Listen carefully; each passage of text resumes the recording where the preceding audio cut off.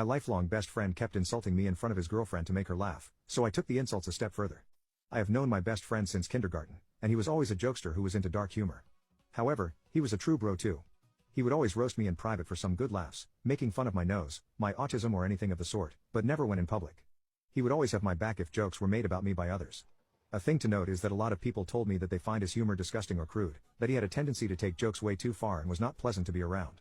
However, I defended him constantly and told them that everyone needs a friend like him, one who can ridicule you in private but always has your back in public. Well, that all changed when he met his girlfriend Alicia. She was a jokester like he was, and she found dark humor, insults and roasts very funny. Considering me and my best friend hung out a lot, I quickly became a third wheel. They have been dating for around 5 months and have already moved in together. Whenever I hung out at theirs, I was always the butt of the joke. Without fail, my best friend joked about me. Mostly when his girlfriend was around too. The jokes got more aggressive and personal over time. At first, my nose was the target and I'd get called Squidward. His girlfriend would laugh, I would chuckle, no biggie, word to the rapper. Then jokes about my autism came. This was already a boundary he had never crossed in front of anyone else. I would be called special in many different contexts, and what hurt the most was that these jokes were not even all that funny. However, his girlfriend still laughed at them. It was at this point that I talked with him privately and told him to cut it out as I'm uncomfortable with being made fun of in front of his girlfriend. He apologized and told me he didn't think it affected me so much. Well, today, which was literally the next time I came over, the jokes started flying again. His girlfriend laughed as he made a joke about my history with self-HRM. I told him to cut it out and that I don't find it funny. The very next thing that came out of his mouth was, "Geez man, didn't know jokes affected you so much. Let me make a more lighthearted joke. What's red and splattered everywhere like a scrambled egg?" Jason's uncle after a bipolar episode. My eyes went wide, his girlfriend broke into hysterics, he seemed pleased with himself and urged me to take the joke. I was in disbelief. This was an uncle of mine who took his life. He was very close to me and battled mental health issues. To make him the butt of the joke was a boundary he had never crossed, not even in private. I looked at him for a second before saying, "Guess who got very drunk one night and effed his cousin, then paid her $1,000 so she would never tell anyone." Now his eyes went wide, and his girlfriend stopped laughing before looking over at him. I joked at him, "What, I thought we're really hitting hard with the insults." He seemed furious, and his girlfriend kept asking him if it was true. At that moment I told them that I just got an emergency phone call and I need to get home, but that I'll leave them to it and see myself out. I left the house an hour ago or so and I've not heard from either of them. My mom recently told me the truth about my childhood friend. It was horrifying. Can you help me research her story? When I was 4 years old, there was a girl in my class who had very few friends. My mom always told me to try to make friends with everyone at school, so one day I walked up to her and asked her if we could be friends. I would play with her on the swings and sit next to her during class. I remember her being very shy, but a great friend. I had so much fun playing with her, and we would make believe about swinging all the way out into outer space. We even made up a song. It was the happiest part of my childhood. One day, suddenly, she stopped coming to school. Our teachers told us she moved away to another state. I was sad to know I couldn't see her anymore, but I accepted that she had left. Recently, while talking nostalgically about the past, my mom was able to tell me the truth about what happened to my friend. Her name was Olivia, though we both cannot remember her last name. She attended Dallas International School, and was in the same class as me in pre-K. This must have been circa 1996-1997. I couldn't remember this, but my mom told me that Olivia always came to school in tattered clothing, looking very unkempt. My mom remembers that when attending birthday parties, her mother would drop her off and only pick up her daughter many hours after the party had ended and all the other children had been picked up. These were little things that the other parents noticed, but that could very easily be concluded as an unfortunate financial situation where the mom worked, and therefore could not pick up her child on time. However, one morning my mom was watching the morning news, and she was shocked to find out that Olivia's mother had murdered her children/family, and then unalived herself. This happened over a decade ago, but it still deeply saddens me to find out that my friend died. I tried to research her story online, but I figure there must not be very many reports from the 90s. Also, because these are only my mom's memories, we cannot remember how she unalived her children, how many children she had, etc. I know this is an extremely long shot, given how little information there is to work from, but I wanted to try my best to pay my respects to Olivia after all these years. If you could help in any way to figure out what her story is, I would be incredibly grateful. Edit. Within 15 minutes of posting, Olivia and her story were found thanks to Jacques45 and a few other posters several moments later. You have proven to me once again that this is a truly wonderful community, and I am very grateful. I am not sure where to go from here. I feel as though I am mourning a loss many years after the fact, though I know I can finally rest knowing that she will never be forgotten. I broke down after reading her story and have sought some immediate solace in the company of very close friends who have made this easier to bear. Considering divorcing my wife because she can't get over her mom dying. Yeah, I know, everyone is fired up at the title and ready to tell me what a jerk I am. So here we go. My wife's mother passed away 5 years ago from lung cancer. It was not a peaceful or easy death. Our lives understandably went on pause after the diagnosis, and we both spent a lot of time off work helping care for her mother. My wife had a pretty typical showing of grief at the time, cycling through different stages. Same with our 3 kids. After she passed, however, my wife got really bad. I totally understand this. I can't say I know exactly what she went through, because I haven't had a parent die, but I understand how devastated she was. For months after her mom passed, she could barely function. I gently took over pretty much all the responsibilities in the household and with the kids. She had been attending grief counseling since the diagnosis and continued after the death. None of this is the problem. I endeavored to be as supportive as possible. She cried on my shoulder every night for months, and I just thought this was the worst of, for better or worse. The problem is that after 5 years, she does not seem any better or more functional. She stopped grief counseling about 4 years ago and refused to go again, stating it would not help her and that nothing could. About a month before any major holiday, she will have a major downturn. In bed half the day, crying all day, does not want to interact with the family, does not have the energy to do anything around the house. This will go on every single day until about a week after the holiday ends. Every holiday is intense grief, just as much now as it was 5 years ago. October, November, December, and January, her mom's birthday month, every year are particularly bad. I am essentially without my wife. And I'm a single parent to my 3 kids. Altogether, she is completely incapacitated by grief for about 6 months out of the year, and it has been this way the past 5 years. When I say incapacitated, I mean incapacitated. When she is in the depths of her grief, she is completely incapable of intimacy with me or the kids. There is no cuddling, spending time with us, going on family outings. I don't make love for half the year. I've stopped asking her if she wants to talk about it because she can't get any words out between sobs if she tries. What hurts the most is that the kids have stopped asking or being concerned if they see their mom in bed when they get home. They just go about their day and might casually mention, "Oh, mom is sad today," if they're siblings or I ask where she is. They don't really seek affection with her anymore because they rarely get anything more than tears. I've discussed this with therapists, my parents, friends, etc. And I know all the rebuttals people have for this, so let me preempt them. She is unwilling to go back to therapy for grief counseling or to see a doctor for depression. Yes, I know she's severely depressed. I can't force her to go to the doctor. I've tried so much. Yes. It really is just as intense as it was 5 years ago. No. I never tell her to get over it or blow her off. On my worst days I just give space and leave her be. Most days I try to offer her some comfort. If you want to judge me for leaving her alone, whatever, but know that I feel like I essentially have caretaker fatigue at this point. No, she does not have a history of depression, but she does have ADHD, don't know if that's relevant. I feel like my wife died when her mom died. I would do anything to get her back, even a small piece of her, but she doesn't seem willing or able to move on past her mom's death. I feel awful for considering a divorce, but I don't know what else to do. I'm currently typing this sitting beside my mother-in-law's grave, and I'm thinking of digging her out and just bringing it to her honestly. I work as a SWAT team member. Here's how a critical mission went entirely wrong due to me. This happened a few months ago, and I'm honestly lucky I was not fired. For some information as to how SWAT team members operate, we are all about teamwork, reliability, and most importantly punctuality. The last thing you need is your team captain signaling for the team to get ready to head out, and for some jackass to be glued to the toilet seat because he is having explosive diarrhea. Well, that jackass was me. A few months ago my team got informed that we were ready to bust a house with several leaders of a notorious crime group. This crime group was heavily involved in intimate exploitation of men, women and kids, big-time substance trade, conspiring against the government, unalivings of some influential people and a ton of other stuff. Tons and tons of research went into this, with cops risking their life to go undercover and try to seek out some information on them, and after a considerable amount of time, we were ready to bust it all. The house we were set to raid was located in an area that wasn't secluded, but it wasn't the city either. I had gotten the information and knew the day as well as the very precise time I needed to meet with the team and head out. Right before we were heading out, is when the tragedy struck. For context, this job is ultra high pressure, high stakes, and alertness is always needed when doing it. Being caffeinated is something I consider necessary, and I usually take caffeine strips for this. I don't drink coffee, it upsets my stomach greatly, and energy drinks are bad for your health. The amount of young kids I see ripping a sweet nectar Squidward tentacles bosom flavored vape while sipping yellow Death Star Monster is unbelievable to me. Anyways, back on topic. The morning of the operation I woke up, and about an hour before I had to head out I was fully prepared. The only thing left was for me to take my caffeine strip and have it hit me. Well, I realized I was out of these caffeine strips. Quite panicked, I thought what the best course of action would be. I do not know why, but I decided that drinking a cup of coffee would be better than having no caffeine. I made it all black, thinking it wouldn't upset my stomach if it was all black. Oh, how wrong I was. I chugged that bitter foul coffee and started mentally preparing myself. Doing some meditation, going over my final notes on the mission and preparing to execute. 10 minutes before we headed out I felt my stomach churn. No way, this was not happening, I thought to myself. Everybody was ready to roll, and I thought I was too. Time started ticking and the feeling of needing to poop was increasing. With 3 minutes until it was go time, my bowels released.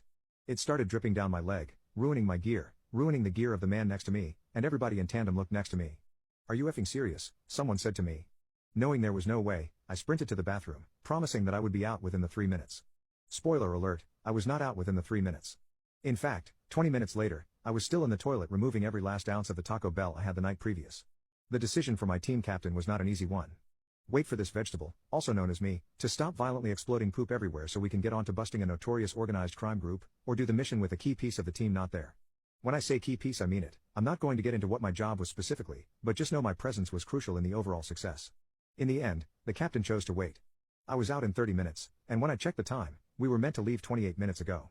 The mission was carried out, and I did it all while my a-hole itched violently as the stall I ran into conveniently had no toilet paper. Thankfully, the mission itself went well, however I was very heavily reprimanded.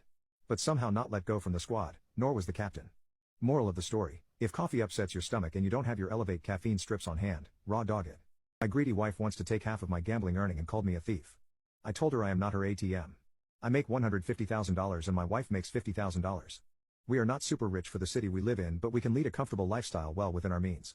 Since we don't have kids yet, we can spend more on ourselves and each of us gets $500 of fun money every month to do with as we please. My wife likes to use her money to buy clothes for herself or go out for brunches with her friends. My hobbies are all over the place. I need something that gives me a thrill to get that dopamine rush. One time, I decided to pick up gambling. There's a casino about 20 minutes on foot from where we live, so every Saturday, I go there to gamble $100. I only take the $100 and leave my wallet at home so that I'm not tempted to spend any of our joint money in case I lose. For the most part, I break even or lose some money. My wife hates that I gamble because she thinks I'll go down a destructive path, but I honestly love it and do it anyway because that's what makes me happy, much to her annoyance. Anyway, a couple of weeks ago I got lucky and ended up making $1,000. I was obviously super delighted since I never won this much before in my life. I decided to buy a PS5 and a few games since I never owned a gaming console. When my wife found out I bought all this stuff, she asked me how I was able to spend so much since all of it cost around $700 to $800. I told her about my winnings. She got upset and said I should have given half of it to her. I told her I got this money from my share of the fun money, so it's my choice to do what I want with it. She said only the original $500 is mine. The $1,000 is an income and should be shared between us. I disagreed because I don't claim 50% of her possessions when she goes out shopping. She called me selfish for only thinking about myself. She wants to go on a girls' trip and this extra money would have helped her afford it. I told her what I do with my money is my business, and if she wants more spending money, she can figure out a side hustle instead of using me as an ATM. She complained about me to her friends and they're all calling me a financial abuser for stealing what rightfully belongs to her. I think they're all entitled assholes. My narcissistic mother sent me a huge letter trying to guilt trip me into reconnecting with her. One of the reasons she gave is making me consider it. Despite everything she has done, I'm thinking of giving in. So my wife and I both came to the realization that my mom is completely toxic. She is a parent who constantly plays the victim, and a person who won't change. She has called my wife the N-word, has been racist too many times to count, has infantilized me throughout my entire life, and forced herself to be involved in every part of my wife and I's relationship, even going as far as stating she was basically the real mother of my wife and I's child. She is one of those people where the only thing you can do unfortunately is severely limit communication or cut them off completely. We chose the latter. My father, at age 59, passed away last year, but during that time when he was seriously ill, we were all there for him, which of course meant being in the same room as my mom. Other than that, I've only seen her basically 3 times over the past 4 years. But after my dad's funeral, I haven't seen or talked to my mom since. My mother is currently 52 years old for context. This morning a letter arrived in the mail. It was from my mother. Good morning, my son. I have been thinking of you lately, and since it has been 18 months now that your father went home, I thought I would share some things I have been reflecting on. Your absence is getting more tolerable for me. The longer the time elapses, the more numb I feel. I even have considered that should you enter back into my life, I have changed, I promise, but our relationship is so tarnished, it probably would not be worth your effort. I would not even recognize your daughter, and of course, they have no idea who their Nana is. What a shame, what a crime on your part and on your wife's part to feel that I am so evil that you did not want your children to ever know who their grandmother is. I have also been thinking of your wife. Not to forgive is like swallowing poison. She will forever feel the negative effects of her actions and choices toward me. You both are enjoying knowing the effects of your actions while thinking of the pain that you have incurred on me. Several years ago I made forgiving me very easy for both of you through 2 heartfelt letters I wrote. You still can't forgive. You ultimately are the ones that are and will suffer, because forgiveness is always necessary to move on. In regard to your wife, I consider her to be one of the most incorrigibly evil women I have ever known. For her to brainwash you, my son, so much, to irrevocably permanently damage a mother-son relationship will not be forgotten, but it is forgiven. She has blamed me for one of your daughters having cystic fibrosis, which is totally irrational. I am not the only one in the family that believes this. As a mother herself, she should know a mother's love for her child. You are my son. You can believe what you want, but she could have changed destiny through love, peace and forgiveness. On the other hand, you continue to hide in the shadow of her apron strings. You are not man enough to fully comprehend the harm she has done, pure evil at its core. I know her. Rationale is to protect her children from keeping me away from them, and at the same time prevent you and me from having a relationship. You have believed her lies, unbelievable.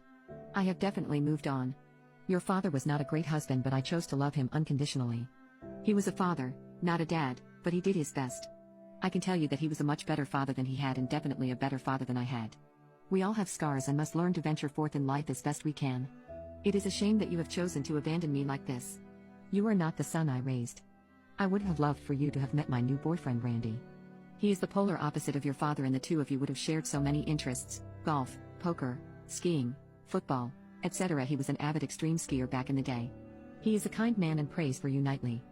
We have been dating for a few months now, and we have prayed together every night without fail, whether he is with me or on the phone. He always mentions all of my children. Yes, he is a lover of the Lord. He is not famous or rich nor drive a fancy car, nor does he take me on European cruises every 6 months. What he has done is to show me how much I can be loved, how much I can be adored and appreciated, and how beautiful I am to him. I love him very much, and the feeling is reciprocated.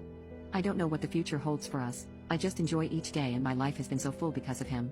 Also, Randy got me pregnant. It's gonna be a little girl. I want you to meet her. That is the main reason I am writing this letter. I want you to meet your baby sister. I hope you and your witch of a wife find it in your heart to forgive, and welcome the newest member of your family into this crazy world. Love forever, Mom. Although I realize that my mother is not good for either my wife nor I, the fact that I have a little sister on the way is kind of exciting. I don't want to forgive, but maybe for the sake of the sister I have too. Entitled and relentless mother spent years trying to profit off her own child's injuries by falsely accusing me. The twist at the end of this whole craziness has me hollering. A few years ago I worked in a high-level top-class restaurant, Burger King. One day while working, I brought food to a table at the outdoor seating area where an older woman and her grandson were sitting. The kid, who linked around 5, immediately reached for a cup where the hot coffee I had brought out was.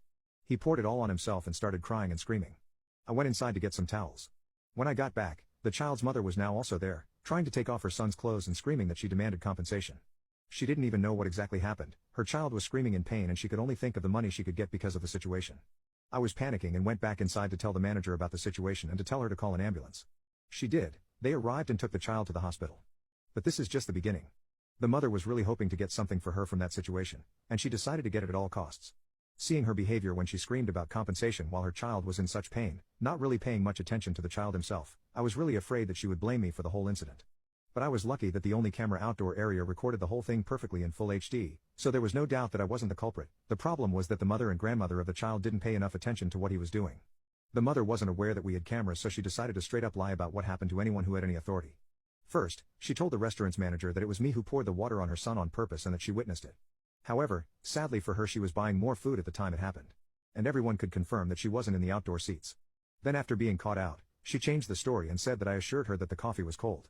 Yeah, for sure I would tell her, who wasn't even at the table, that the cup with the huge note "Caution Hot" had iced coffee inside. Again, when confronted with the fact that I couldn't tell her that, because she wasn't there, she decided to make up another version and told the manager that the cup had no lid. However, the footage from security cameras showed otherwise. Then, she said that she didn't order any hot drinks, but the receipt showed that she was lying again. The mother was furious that she didn't convince the manager that she and her son were the victims of fast food employees, but the story doesn't end here. The next day she showed up again, raging at the fact that no one from the restaurant called the hospital to ask about her son's health, how delusional she was to think that any doctor would tell a complete stranger details of his patient's health. She informed everyone that because of us her son had a lot of second-degree burns. The main manager was in the restaurant that day and he was already informed of the incident, so he knew who he was dealing with. The mother was cussing, screaming that he should fire me and that she will report it to the police and will take us all to court. The manager warned us that maybe I and other employees from that shift will have to go to the police station to testify. The woman even emailed the corporate about the whole thing, but all the evidence was against her and the corporate's lawyers said that none of us should be afraid of any consequences, because it was clear that she will never be able to accuse us of hurting her child. I worked there only during holidays, so I stopped working there around a month after that and returned the next holiday and another one. It was 2 years after the incident, when the manager told me that the mother only recently had given up trying to get the compensation, because every attempt was unsuccessful. The footage from the security cameras was enough to prove what happened and none of the employees from that day were called to the police station nor court. The petty thing about the whole situation with this mother, who was so sure that she will be able to get a lot of money with her lies, the main manager told me that the restaurant would willingly pay for the boy's treatment, but they decided not to after she said so many bad things about me and other employees who had any contact with her before and during the incident. So she was left with nothing but hatred and medical bills.